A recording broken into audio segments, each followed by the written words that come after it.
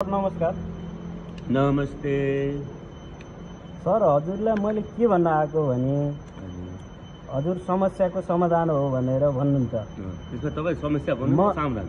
म समस्या के लिएर आएँ भने हजुरसँग मान्छे खान नपाएर मरेका छैनन्, खान नजानेर मरिरहेका छन् र नेपालमा 3 करोडमा 1.5 करोड जनता बेरोजगार छ। खेतका जमिनहरू सबै बाँझा छन्। अब यसको 1.5 करोड जनतालाई रोजगार दिने र बाँझा जमिनहरू कसरी बाँझालाई उत्पादनशील बनाइन्छ। हजुरले भनेको प्रश्न साह्रै संवेदनशील चिज हो यो। हामीले 2050 साल, तपाईँ अब आजभन्दा 30 वर्ष पछाडि फर्किनु, तपाईँ जन्मिनु पनि भएको थिएन होला होइन।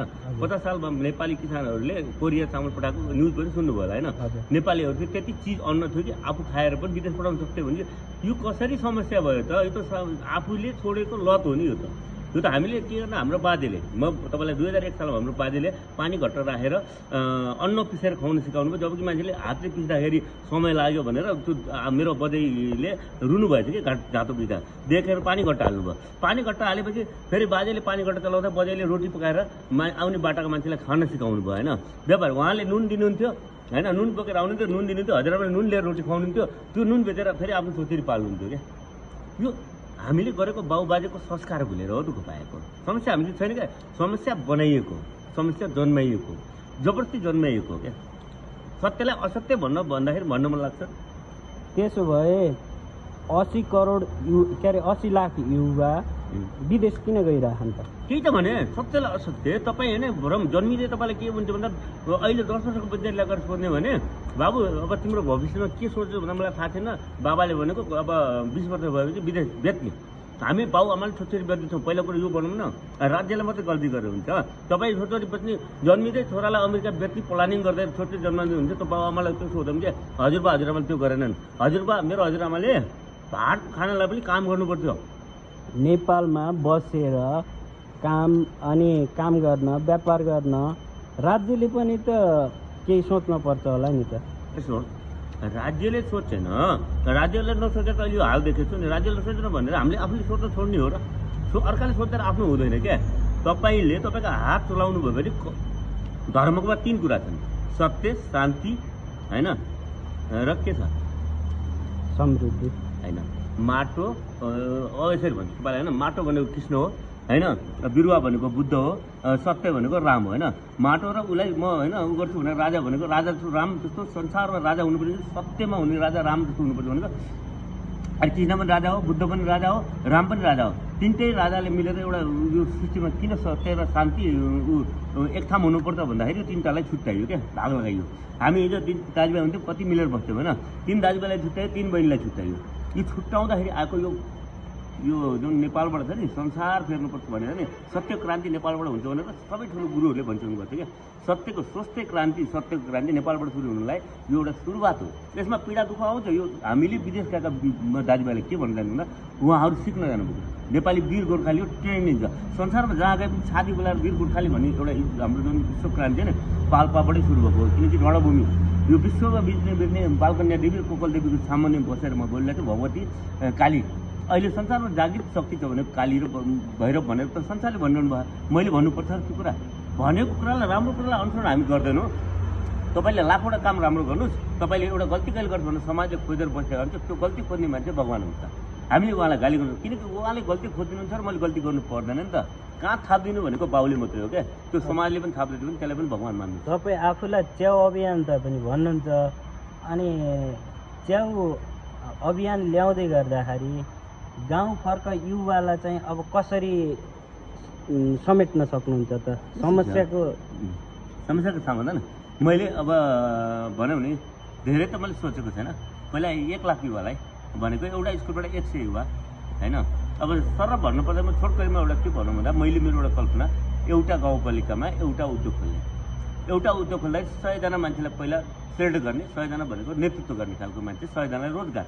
उसले रोजगार पनि के हुन्छ भन्दा एउटा कम्पनी हुन्छ लिमिटेड हुन्छ त्यसमा ऊ सहभागी हुन्छ र पब्लिक पार्टनर भनेको जस्तै हामी सबै जनता लगानीकर्ता र राज्य 3 तत्त्व हुन्छ। जस्तै तपाईँ 1 लाख रुपियाँ कमाइयो भने त्यो पैसा 10% हामी सेवा शुल्क हुन्छ, 10% हामी कर तिरौँला, 20% बोनस बाँडेर 60% हामीले नाफामा बाँड्ने हिसाबले एउटा नेपालको नयाँ नमुना उद्योगको कल्पना गर्छौँ। नेपाली मनको नेपालीको उद्योग भनेर त्यो भन्दा दादा तपाईँले त्यो उद्योगले के गर्छ भन्दाखेरि 1 मिनटमा एउटा उद्योगले 14,40,000 रुपियाँ कमाउनुपर्छ, किनकि 1 मिनटमा 1,000 कमाउनुपर्छ एउटा उद्योगले। जबसम्म हाम्रो कहिले पनि सिस्टम हुँदैन नि तबसम्म हामी पैसा कमाउन सक्दैन, आत्मनिर्भर हुँदैन।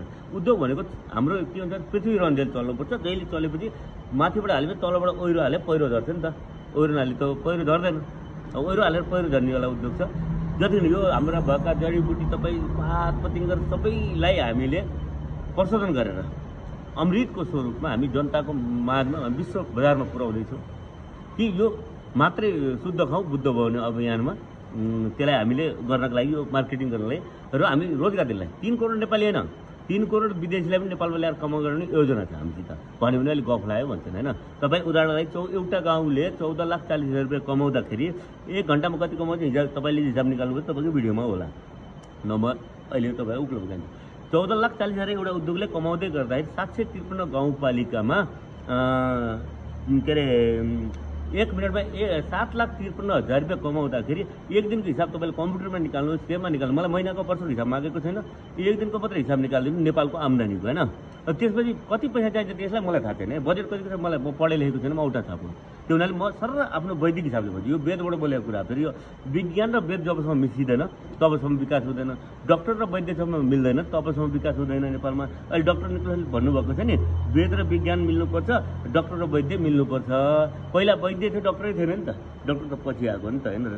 डक्टर बनाएको पढेर लेखेर बनेको, वैद्य त जन्मिँदै हो किनकि वेदबाट आउने कुरा हो नि त। त्यो एउटा दुइटा मिल्नुपर्छ क्या। हामी दाजुभाइ फुट्यौँ गवार लुट्यो होइन, दाजुभाइ फुटे गवार लुट्यो भन्ने उखान थिएन एउटा। त्यो हुनाले हामी एकजुट, हामी धेरै ठुलो मान्छे छैनौँ, शिवको एउटा कटराभित्र छौँ, हामी भैरवको एउटा होइन म भक्त हो, तपाईँ कृष्ण हुनुहुन्छ राम। हाम्रो यहाँ केही पनि छैन, हाम्रोमा यहाँ के छ भन्दा मान्छेको मात्रै हात चलाउनु, कर्म ठुलो, कर्ममै धर्म छ। त्यसो भएदेखि अब चाहिँ नेपालीहरू समृद्ध र सुखी नेपाली चाहिँ कहिलेसम्म हुन्छन् त? सुखी त समृद्ध नेपाली त अब सुरुवात भयो, पहिलो पाइला छ। तपाईँ अहिले पहिलो पाइलामा हुनुहुन्छ, खुसी हुनुहोस्। पहिलो पाइला नै 1000 पाइला जान्छ होइन, लाखौँ पाइला। तपाईँ पृथ्वी यात्रा गर्नुभन्दा पहिलो पाइला त तपाईँको सोच हुनु पनि कहाँ पुग्ने भनेर। तपाईँ बिना गन्तव्यको पाइला चाल्नु कहाँ पुग्नुहुन्छ भन्नुहोस् त? तपाईँ जहाँ हुनुहुन्छ जति हुनुहुन्छ त्यहीँ जानुहुन्छ। पृथ्वी गोलो तपाईँ घुम्नु त त्यहाँ आउने हो। तपाईँ एउटा गन्तव्य नपुऱ्याउनु ठाउँमा पुग्न सक्नुहुन्छ हो। अब गन्तव्यको सुरुवात भएछ, म तपाईँलाई भने नि हरेक चिजमा पैसा छ, हरेक चिजमा पैसा छ क्या। खोलामा पानीमा होइन अहिले 20 भइगयो हाम्रो, किन खोला पानी 20 गऱ्यो भनेर खोलामा माछा र गौटा भ्यौता भएन भने पानी 20 हुन्छ भने पढाउने विज्ञ छैन हो। यो चिजलाई क्यास गरौँ, जल स्रोत, जललाई स्रोतमा लैजाउँ क्या। हिजो हाम्रो पानी घट्टा चलिरहेको थियो, हामी अहिले मिलमा किन कुटाउनु जानु पऱ्यो? हामी पानी घट्टामा झरौँ न। हामी मिल जाँदाखेरि 100-200 बच्यो भने त्यसले त मासु किनेर खानु पुग्छ, के अरे घिउ किनेर खानु पुग्ला, दुध किनेर खानु पुग्ला होइन। हामी रिसाइकलमा हो क्या। हाम्रो बाजेलाई फेरि वेदलाई पढाउँ क्या। अब चाहिँ विदेशी युवाहरूलाई चाहिँ तपाईँ के भन्न चाहनुहुन्छ? विदेशी युवाहरूलाई पैसा कमाउने होइन, तपाईँहरूको जो भ्रम छ नि के अरे गाउँमा बाबुआमालाई बुढाबुढीले गाउँ धानिराखेको धन्न। अहिलेसम्म मेरो 85 हजुरबाले, मेरो ससुराबा 85 वर्ष पुग्नुभयो, उहाँले 5 भारी काट्छ, 4 देखि 5 भारी घाँस काट्नुहुन्छ, 2टा गरु, 2टा भैँसी, 3टा बाख्रा, उहाँको कालिज पनि छ खोरमा, जे पनि उहाँ 100 रुपियाँ लगाएर खेती गरिरहनु भयो। उहाँको एउटा छोराले साथ देखायो भने अरूले देखाएन क्या। मान्छे सहर पसेर धनी के अरे बच्चा बच्चीलाई पढाएर फेरि आफ्नो बच्चालाई फेरि विदेश बेच्नका लागि अब विदेशमा पसिना बगाएर यो पीडामा हुन्छ नि। म साह्रै रुनु मन लाग्छ उहाँहरूको सपनाको लागि। म यहाँ म दिनरात त्यस कल्पना गरेको छु त। ती दाजुभाइहरू ट्रेनिङ लिएर आउँदै उहाँहरू अहिले दुःखी नहुनुहोस्। अहिले त्यो दुःख नै तपाईँको भोलि जीवनको नेपालमा आएर खुसीको छेड हुन्छ। तपाईँका सिपहरूलाई सँगालेर राख्नुहोस्, अप्रयोग गर्न दिन आइसके। तपाईँका जुन क्षमतालाई सँगालेर राख्नुहोस्, तपाईँले आफ्नो पसिनालाई आफै पैसा बनाउनु दिन आइसके। नेपालमा अवसर खुल्दैछ, अब हिरा छ। हामी तपाईँलाई के भन्नु, तपाईँले भएको पैसालाई अब जमाउने, ब्याङ्कमा राख्छु, कमाउँछु, ब्याज खान्छु भन्नु भरममा भन्नुभयो भने तपाईँले दुःख पाउनुहुनेछ। तपाईँको छोराले तपाईँलाई लात हान्ने छन्। अब छोराको लागि, छोरीको लागि पैसा कमाउदैन, छोराछोरीको लागि प्लानिङ गर्नको लागि हामीसित आउनु, सहकार्य गरौँ। र यो पैसा कमाउनेतिर जानुभयो भने तपाईँ जीवनभरि पैसा कमाउने नाममा मर्नुपर्ने छ। पैसा घुमाउने ठाउँमा आउनु, पैसा घुमाउने हो कृष्णको चक्र जस्तो। तपाईँको नाममा महिनाको 50,000 फिक्स भयो, भने तपाईँलाई पैसाको चिन्ता हुन्छ। तपाईँलाई शिक्षा स्वास्थ्य सबै नि शुल्कमा महिनाको 50,000 दिन्छु, तपाईँले 12 घन्टा काम गर्नै पर्ने हुन्छ, नयाँ खाना दिन्न। तपाईँले पहिला काम गर्नुहुन्छ कि पैसा भर्नुहुन्छ ल भन्नुहोस् त। तपाईँलाई यो सवाल दिन्छ। तपाईँले कुरा गर्दै गर्दाखेरि तपाईँलाई मैले एउटा प्रश्न सोध्नु भने तपाईँहरूले माथि नै ल तपाईँलाई म महिनाको 50,000 दिन्छु, तपाईँको परिवारको सबै कुराहरूको स्वास्थ्य शिक्षा सबैको ग्यारेन्टी दिन्छु, 50,000 दिन्छु, तपाईँले 12 घन्टा काम नगरी खाना दिन्न। तपाईँले पैसा रोज्नुहुन्छ कि काम गर्नुहुन्छ? मैले काम रोज्छु। हो यही काम रोज्ने बनाउँछु म। पैसा नचाहिने काम चाहिने गराउनु यो देशलाई गरायो भने पैसा कहाँनिर चाहिन्छ हामीलाई? पैसा त नेपालले चाहिएकै थिएन, हिजो पनि चाहिएन, भोलि पनि चाहिन्न। यहाँ पैसा चाहिने गरेर पैसा जमाउने लाएर बिग्रियो। यो बाक्सा राखेको पैसाले काम गर्यो अहिले? त्यो आगो लाएर पनि काम लाग्यो त। लक्ष्मीलाई बढी पैसा आगो लाउनु पर्दो रहेछ नि त। त्यो नचाहिने गरेर आगो लागेको बुढा नीलकण्ठ भगवानको छेउमा गएर पैसाको आगो लाग्नु भनेको त त्यो पैसा नचाहिने गरेर आगो लागेको होला नि त। जनतालाई त्यो अवैध पैसा ल्याएको थियौँ हामीलाई चलाउनु थिएन नि, कालो धन चलाउनु थियो। त्यो कालो धन कालो भयो क्या। धानलाई सेतो बनाऊ फटाफट चलाउँ क्या। तिम्रो गोजीमा छ भने तिमीलाई के भन्यो त्यो दाइलाई दिनु मन लाग्छ क्या। तिमीलाई राख्नै मन लाग्छ। पैसा तिमीले बोक्दाखेरि तिमीलाई घमण्ड भयो क्या। सुन लाउनु र पैसा बोक्नु भनेको रावण बनेर जल्नु हो क्या। यति कुरा बुझ्नु। देउता बुझ्नु, कुरा बुझ्नु, मनुष्य बन्नु। होइन तपाईँलाई अझै पनि जनताको तर्फबाट तपाईँ समस्या हो, आजदेखि तपाईँ समस्या हो, म समाधान हो। तपाईँ जनताको हरेक समस्याको समाधान म होइन काममा कर्ममा हुने। गफले चिउरा बिजाउनेलाई म फेरि पताउँदैन, किन चिउरा बिजाउनलाई कर्म बिजाउनु, कर्मले बिजाउँ क्या चिउरा। तर तपाईँ पसिना बगाउने बित्तिकै मेरो हजुरआमाले एउटा कथा भन्नु तपाईँलाई के गर्नुहुन्थ्यो भनेर, मिठो कथा छ। मेरो हजुरआमाले भात खानिदिनुभन्दा पहिला आज के काम गरेछ भनेर सोध्नु थियो। बिहान उठेर जस्तै मैले घाँस ल्याउने हो कि दाउरा ल्याउने हो कि मैले गोबीमा पानी हाल्ने हो कि मेरो काम के थियो नि बिहान कति गरिस् भनेर सोध्नुहुन्थ्यो क्या। अब मैले 2टा दाउरा ल्याएँ भने मैले भात उठ्नु पऱ्यो, भात पनि थोरै खानु पर्थ्यो, तरकारी पनि नमिठो खानु पर्थ्यो होइन। र त्यो मैले ल्याएँ भने चम्चामा घिउ पनि आउँथ्यो, अलिकति राम्रो धेरै काम गरी भयो, खाना पनि मिठो पाउने र अल्छिलाई भनेर भात पनि आधा खानिदिने। त्यो नियमले गर्दाखेरि मान्छेले खानको लागि राम्रो काम गरिन्थ्यो। म त्यो दाउरा पनि यति बोकेर ल्याउँथेँ मैले होइन। त्यो किनकि त्यो हजुरआमाले सिकाएको चिज अहिले फेरि सिकाउँ त। खानको लागि राम्रो काम गर्नुपर्छ, पैसाले खान पाइन्न।